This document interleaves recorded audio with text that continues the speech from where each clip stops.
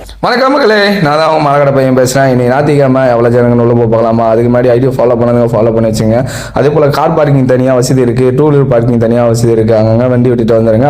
பஸ்ஸுக்கு மட்டும் தான் இன்றைக்கி 547 பஸ் உள்ள கம்பல்சரி இன்றைக்கி உள்ளே வரும். கோயில் வாசல்லே வந்து இறங்கலாம். வரவங்க கொஞ்சம் பார்த்து பத்திரமா. 4 வீலர் பார்க்கிங் வந்து மெயின் ரோட்லேயே வண்டி விட்டுட்டு வர போல இருக்கும். அதே போல் ஆட்டோ வசதி இருக்குது, 547 பஸ் வசதியாக இருக்குது. அதே போல் பாருங்கள் வெளியே எவ்வளோ ஜனம் இருக்குன்ட்டு.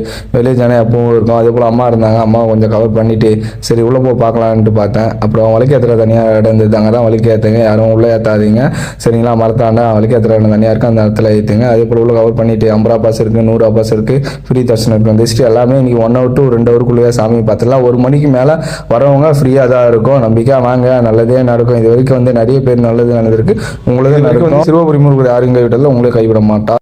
எப்பவும் ஓபன் பண்ற போல காலைல 4 மணிக்கு ஓபன் பண்றாங்க, மதியம் 2 மணிக்கு கோயில் மூடிடுறாங்க. அதுக்குள்ளே வரவங்க சாமி பார்க்க வாங்க.